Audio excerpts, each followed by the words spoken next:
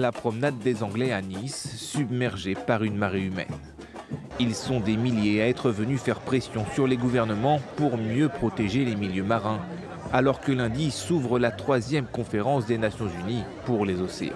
Nous, on attend de cette conférence que les dirigeants prennent des mesures concrètes sur la protection des océans.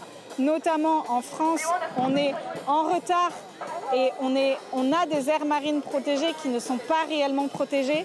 Et c'est là, aujourd'hui, nous, la mesure phare que l'on souhaitait faire passer à travers cette marche. L'urgence est telle qu'aujourd'hui, on a besoin d'engagement, de courage politique pour que des véritables engagements soient pris.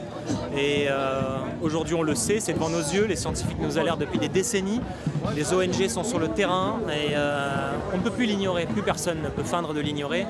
Dès lundi, 100 délégations internationales, dont une cinquantaine de dirigeants, sont attendues sur la Côte d'Azur pour 5 jours de débat. Ce jeudi, 2000 scientifiques ont présenté 10 recommandations, parmi lesquelles la protection de la biodiversité, mieux lutter contre la surpêche, décarboner le transport maritime ou encore la nécessité de mesures mondiales contre la pollution plastique. 80% de la pollution des océans vient de la Terre. Il s'agit principalement de plastique, ce qui figure en haut des inquiétudes ces dernières années.